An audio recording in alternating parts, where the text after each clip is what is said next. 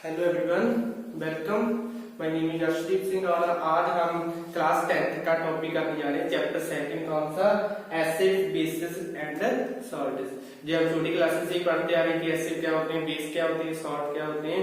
आज हम इसको अच्छे से डिटेल में पढ़ेंगे, ठीक है। इसको हम एसिड, पहले हम एसिड और बेस के बारे में पढ़ेंगे। ये ज्यादातर चैप्टर है जो इसी के बारे में कि एसिड्स और बेसिस, इसके डिफरेंस के थ्रू समझाऊंगा आपको। और लगभग 40 to 50% का चैप्टर है जो इसे सिर्फ डिफरेंस में कवर हो जाएगा।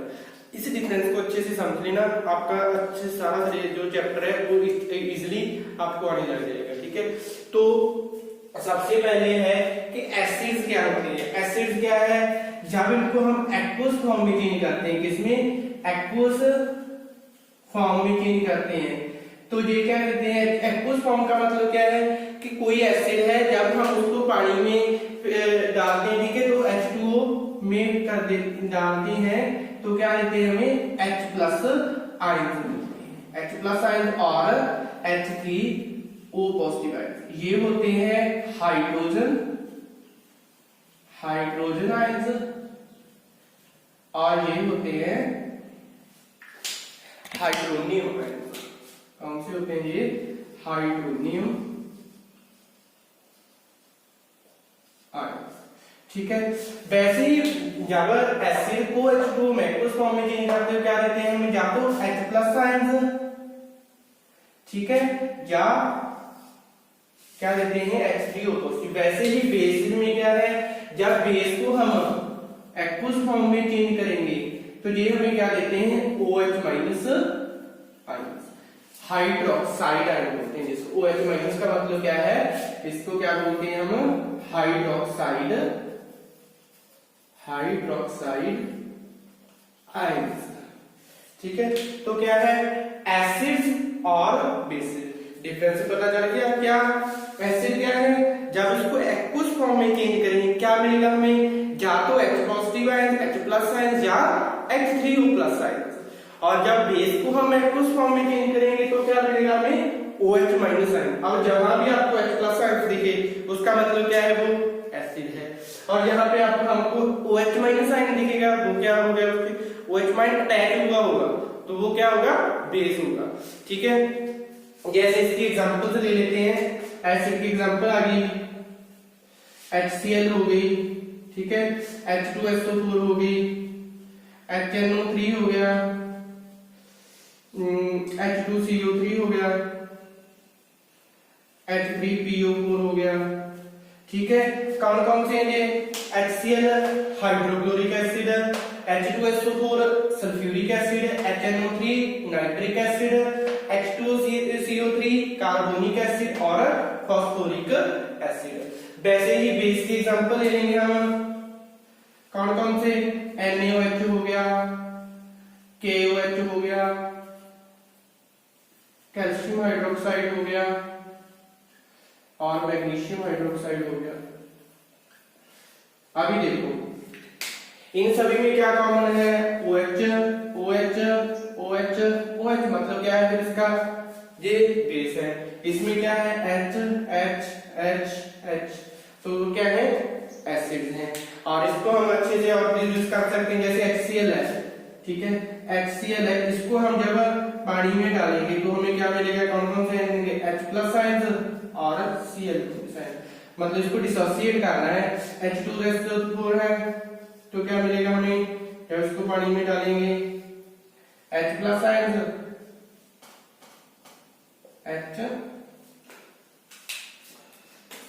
H प्लस आयन्स और SO4 2 माइनस आयन्स। HNO3 है तो क्या मिलेगा? H plus ions plus NO3 minus. तो क्या कॉमन है इन सभी में? H प्लस आयन्स, ठीक है। और जब NaOH है इसको पानी में डालेंगे, डिसोसिएट करेंगे तो क्या मिलेगा? Na plus OH minus. Calcium hydroxide है, इसको डालेंगे क्या मिलेगा? क्या मिलेगा? Ca2 positive plus OH minus ions. जब मैग्नीशियम हाइड्रोक्साइड है उसको डालेंगे, डिसोसिएट करेंगे तो क्या मिलेगा, कैल्शियम पॉजिटिव, सॉरी मैग्नीशियम कौन सा Mg2 positive plus OH minus आएंगे। तो क्या कॉमन है सभी में, OH माइनस आएंगे। अभी आपको पता चल गया होगा कि यहाँ भी हमें जब इसको कोई एसिड है, कोई भी हमारे पास सब्सटेंस है, उसको पानी में डालेंगे तो क्या मिलेगा, हमें H प्लस आयन मिलेगा। तो मतलब क्या है उसका हमारे पास वो एसिड है।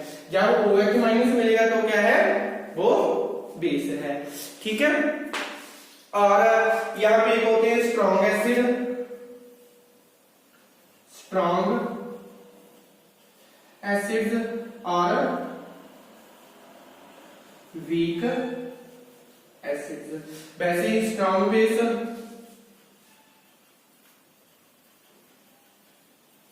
और वीक बेसिस। ठीक है। स्ट्रॉन्ग एसिड, स्ट्रॉन्ग एसिड क्या होते हैं, जो हमें मोर H प्लस आयन देते हैं। जहां पे हमें H प्लस आयन ज्यादा देते हैं, जैसे HCl है, यहाँ पे अगर इसमें 100 है, कम से कम क्या मिलेंगे, सिंपल एग्जांपल ले लो, 100 है तो 100 के 100 H प्लस आयन मिलेंगे। इसमें से देखेंगे तो हो सकता है 70 मिलेंगे, हो सकता है 30 मिलेंगे। ठीक है। तो कहने का मतलब है कि जहां पे हमें मोर H प्लस आयन मिलेंगे वो क्या है, स्ट्रॉन्ग एसिड है, मोर H प्लस आयन और कंप्लीटली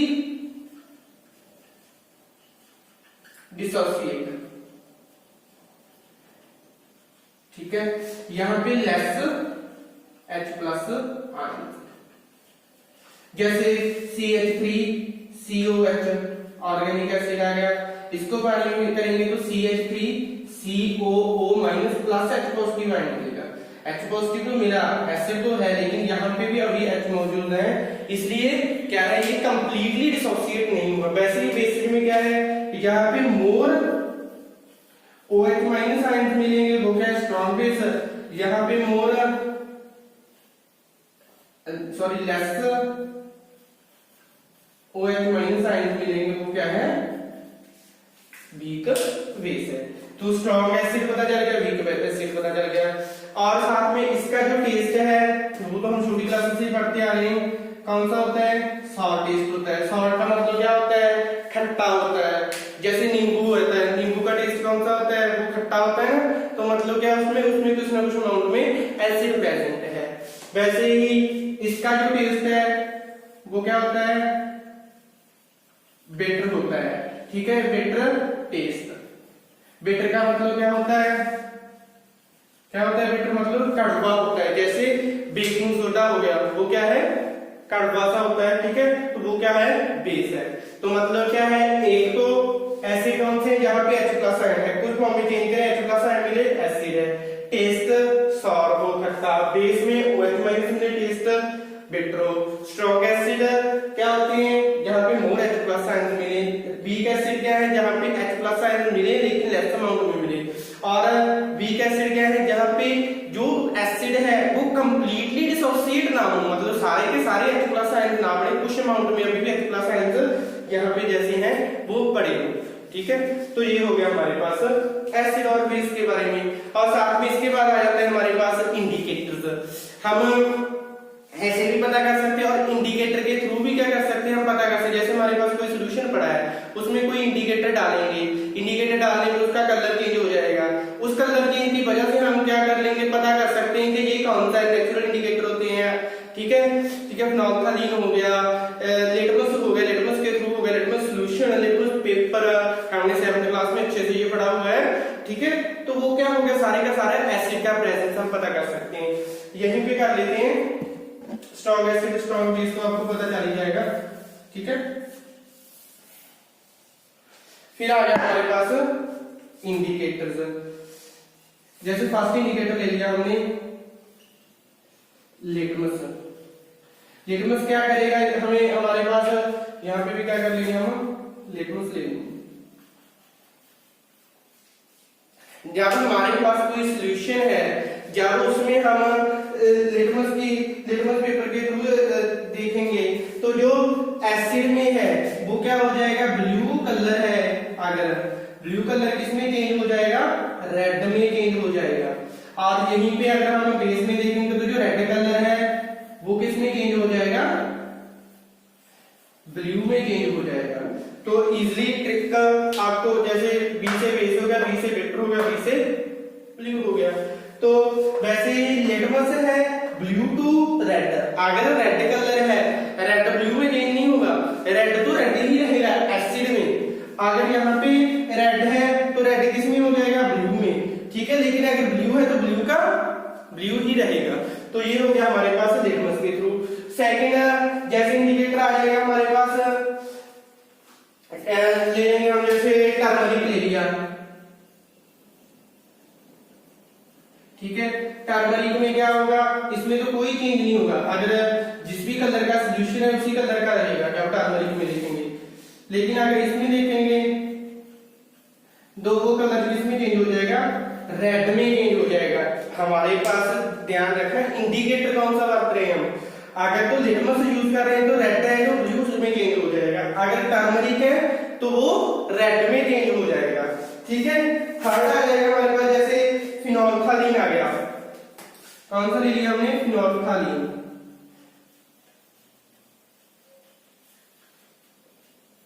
इसमें तो कोई चेंज नहीं होता, फिनोल्फथालीन में भी इसमें नो चेंज होता है, ठीक है। लेकिन अगर यहाँ पे देखेंगे फिनोल्फथालीन बोलते हैं इसे, ठीक है। तो ये किस में चेंज हो जाता है, ये पिंक कलर में सॉल्यूशन है जो वो चेंज हो जाता है, ठीक है। तो लिटमस में ब्लू टू रेड हो रहा है, लेकिन टर्मरिक में कोई चेंज नहीं, फिनोल्फथालीन में नो चेंज है। वैसे ही बेस में रेड से ब्लू हो रहा है, ठीक है।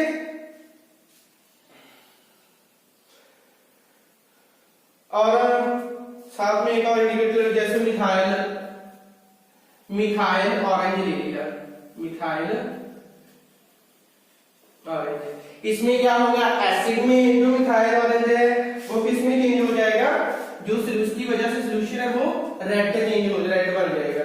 लेकिन अगर हम बेस की बात करते हैं तो वो क्या हो जाता है, मिथाइल ऑरेंज। तो अगर बेस की बात करते हैं तो क्या हो जाता है, वो किसमें चेंज होता है, रेड। रेड मतलब किसमें चेंज हो जाता है, अगर कोई सॉल्यूशन हो उसका कलर चेंज हो जाता है, वो येलो हो जाता है। तो ये हम इंडिकेटर के थ्रू, अगर लिटमस के थ्रू कर रहे हैं तो ये कलर हो जाएगा, ठीक है। कुछ हमने 4 इंडिकेटर दिए हैं, वो इंडिकेटर आप और इंडिकेटर भी हैं जो वैसे आप भी देख सकते, लेकिन इतना ही काफी बहुत है। तो हमें पता चल गया एसिड्स क्या होते हैं, बेसिस क्या होते हैं, ठीक है। उनको हम कैसे पता कर सकते हैं, स्ट्रॉन्ग एसिड स्ट्रॉन्ग बेस क्या होते हैं, वीक एसिड वीक बेस क्या होते हैं। इंडिकेटर के थ्रू, ये क्या है, इंडिकेटर के थ्रू हम पता कर सकते हैं, इंडिकेटर्स के थ्रू हम पता कर सकते हैं कौन सा है, ठीक है। साथ में इसके बाद आ जाएगा हमारे पास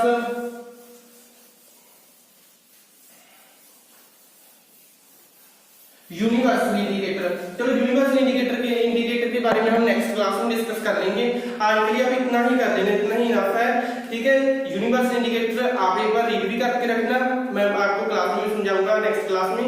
तब तक के लिए आप इसको अच्छे से 2-3 बार देखो वीडियो को, 2-3 बार वीडियो देख लिया, आपको पढ़ने की भी जरूरत नहीं पड़ेगी, वो अच्छे से अपने आप ही दिमाग में बैठ जाएगा। एसिड में क्या होता है, जब इसको एक्वस फॉर्म में चेंज करते हैं H+ आयंस मिलते हैं, बेस में क्या बनते हैं, OH- आयन। अगर ज्यादा मिल रहे हैं तो वो स्ट्रॉन्ग एसिड है, अगर कम H+ आयन मिल रहे हैं तो वो वीक एसिड है। वैसे ही अगर ज्यादा OH- आयन मिल रहे हैं तो वो क्या है, स्ट्रॉन्ग बेस है, अगर कम OH- आयन मिल रहे हैं तो वो क्या है, वीक बेस है।